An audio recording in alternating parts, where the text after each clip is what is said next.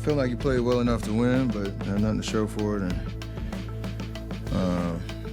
just some untimely defensive breakdowns that led to some open threes down the stretch.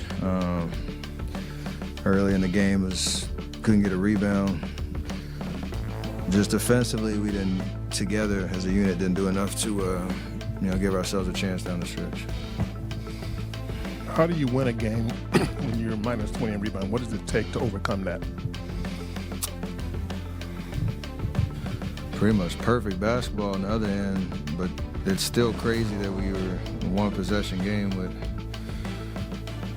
whatever it was, a minute and a half with that type of discrepancy. It's like you can play as hard as you want to, fly around, but the best offense and the most demoralizing thing for a defense is, 20 seconds of good defense and then an easy putback or, second, third opportunity. So we know we're small out there at times, but we got to play bigger than we are. There were a lot of breakdowns on just box outs because they had 5 out most of the time with a 7-footer in there, and those possessions matter. Steph, why do you think the defensive consistency has been so hard to stick with this year? I don't know. I think we've had, some bright spots, some games that we've shown we could do it for 48 minutes, and we've had some duds. Even tonight we had ebbs and flows. Whatever the answer is, it's a reminder that you have to, fly around, be on a string, not have mental errors where you're letting guys get to their strong hands and, game plan discipline type stuff. And I think we've struggled with that part, especially tonight, letting guys just drive right down the paint, and then we have to put pressure on our bigs to figure out if they're gonna, guard the rim or guard the ball, like stuff like that. Over the course of a game, you start chasing a little bit. Steph, how frustrating is it when you guys are up by 11 and then the turnovers start happening, the isolated shots start happening, the ball movement doesn't keep going, and then it allows them to get back in the game like that? Yeah, like I said, I felt like we did enough, to win in that middle or beginning to the middle of the fourth. It started to kind of unravel a little bit, but there are clearly things that we can do better as a team to, maintain that level that we have for certain parts of the game. I think a lot of that is just mindfulness, no matter who's out there. Again, being in the right spots defensively, understanding what their tendencies are, and just trying to play a little bit smarter on both ends of the floor, especially defensively. You guys are going to get an off day and 2 practices in the next 4 days. Like, how necessary and needed right now is, like, practice and rest, I guess? Practice helps, for sure. You got to be able to sit and watch film, then go out and, drill some stuff. It's not like you'll be out there playing 5-on-5, but the difference between the mental work that you do on a daily and the physical of, going through reps, some of the teaching points, being able to see how the adjustments can help us be in better position when it comes to game time. Certain lineups out there that we have that we know are going to be on the floor for certain stretches, getting those guys together to get comfortable and get a bit better chemistry, understanding what we're doing. So it'll help for sure, but it's all good until you got to go out and do it on the court, and we'll see how we respond. Steph, a more lighthearted one for you, but everybody's on sneaker watch now for you. Are you sending little sneakerhead messages with what you're wearing? How much have you enjoyed kind of showcasing what you have in your closet? I'm just having fun. I'm enjoying, like you said, paying tribute to certain guys, different cities, different themes, and all of that. Like I said, I'm excited about the future. It's the first time. Also, you have to hit those shots. He has to hit those shots that spaces the floor for a Steph Curry, a Jimmy Butler. In the first half, he did just that. Hit those shots. You know, Steph Curry would drive or they would swing the ball and they hit those open shots. The Warriors had 19 assists because they were moving the ball. They were hitting shots on the open. I thought that the Warriors let the offense get dictated by the defense tonight. The defense was not getting stops, and in the second half, the Warriors' offense slowed down as a result of it. You didn't get as many fast break points in the second half, and so Brandon Podziemski didn't get those wide open shots that he was getting in the first half that you got in fast break opportunities. So moving forward, the Warriors have to find a way to get their role players. Everybody, this is Brandon, he did his part, but I think everybody needs to benefit from getting stops and running on the offensive end. But that's the thing we've talked about, though, in terms of they trying to find a rotation that works that they could count on where they don't have to overthink it. Yeah. Well, Al Horford didn't play in the fourth quarter. Something to watch there. Steve Kerr, we'll hear from him a little bit later in the program, but Al Horford did not play in the fourth quarter.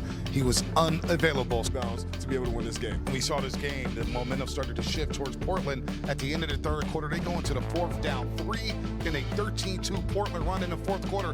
Gave them control of this basketball, and think about the aggressiveness they had towards the glass and on the rim. They were in the bonus run with 8 minutes left in this basketball game. And crazily enough, it didn't seem like they really took advantage of them being in the bonus. How about Robert Williams throwing up that 3 from the corner late in the game? Like, man, what are you doing? But that's a product of the Blazers being a youthful team. But they knew from the beginning, and it started with Denny Avdia, as it did in the first game that these two teams played. The Trailblazers knew that they had a decided advantage when it came to their athleticism and their ability to handle things in the paint and around the rim. And they just hammered the Warriors over and over and over again tonight. What I love is the big man, Klingin. It's on 22, 10 rebounds, inspiring his team, getting all sorts of shots around the rim. He was getting lobs. I thought Denny Avdia did a great job of just penetrating the defense, getting shots for Kamara, getting shots for Caleb Love. And these guys, when they start getting going, they scored 35 points in the first quarter. Once they got going initially, it just was an uphill battle for the Warriors the whole time. It was trouble at halftime when the Warriors scored 72 points and they were only up 7 points. That just means that the other team is just getting going and you're trying to outscore them the rest of the game. And hey, the Trailblazers knew if we miss a shot, it's cool. We're probably going to get it back and we're going to get a second chance at it. 21-8 advantage on the offensive glass for Portland. Warriors, they shot 11-21 from the three-point line in the first half, 6-2 rebounds. That's the big story, and you never want to distill a basketball game to one play or one missed shot, but that GP2 layup that was almost in and almost out, to me, that's kind of where the game turned late. If that layup is made, we might be talking about a different ball game. Yeah, but that's not a missed layup that happens just because he missed the layup. No. They have a tall, athletic team. You got to give shout out to Robert Williams, who came into the game and affected a lot of shots. How many shots did he block today? Time Lord was all over the place for 3 block shots. 3 block shots. And you got to give a shout out to their big men. Big shout out to their guards. They are bigger. They are more athletic. They were running up and down the court. The Warriors in the first half, they were running, and the fast break points was how they were getting their points. In the second half, they could not get stops. That's the issue. If you can't get stopped, you can't get out in the fast break. So if the Portland Trailblazers are getting offensive rebounds, they're putting the ball back in, they're getting second, third chance points. The Warriors just were having a hard time getting into momentum and flow. You mentioned that they're the bigger, longer, more athletic team. Aren't this version of the Golden State Warriors going to face that every single night? Utah, Keontae George, Larry Markkinen. The Rockets are coming to town next Wednesday. Even the Pelicans have speed, and then you host Oklahoma City. Isn't this going to be a problem for the Warriors every single night where we're going to say, hey, they're playing a bigger, more athletic, quicker basketball team? When you are a smaller team, the whole point of going to small ball is because you're going to a faster lineup, one that you can shoot threes on, you can spread the floor, you have a bunch of ball handlers. This is why taking care of the ball is important. This is why getting stops and pushing and running in the fast break is important. When you lose that advantage, the way you lose that is by giving offensive rebounds to the other team. It's by turning the ball over and letting them run on your side. It's by letting them drive on you. These are the things that you lose advantage of. I thought the Portland Trailblazers were the ones, they just took advantage of that the whole night. If you have a decided disadvantage when it comes to athleticism, you better make it up in skill. And at times, the Warriors, if it's not for Steph's heroics, they struggle when it comes to them being able to be on their razor's edge and be skillful for the entire 48 minutes of the basketball game. So the Warriors dropped to 9-9 on the season, right at 500, and largely due to Denny Avdia. If you don't know about this player, he really has upped this game up in Portland. Remember, he was in Washington. He was lost. They were losing. He gets traded to Portland. and he's become a borderline all-star, Fezifel. He is putting up magical numbers. 14 assists tonight for Denny Avdia, 26 points, 6 rebounds. He's every single night he's giving you 25, 6, and 7. I mean, this is a damn good player here and a good franchise cornerstone for the Portland Trailblazers. Denny Avdia from Israel coming in, one of the youngest players to win an MVP out there. And he has really come into his own here in the league. All right, it's about 6'9". The way he handles the ball and gets into the teeth of the defense. Forget that he went 2 for 7 for the three-point line. That didn't even matter. That wasn't a factor for him. For him, his whole purpose tonight was, I'm going to get to the middle of the paint, and you're either going to foul me, or I'm going to get an assist, or I'm going to get to the cup. And he did everything he wanted to all night, and the Warriors really struggled to guard him the whole night, Rob. 26 points from Avdia tonight. 26 points the first time these two teams played.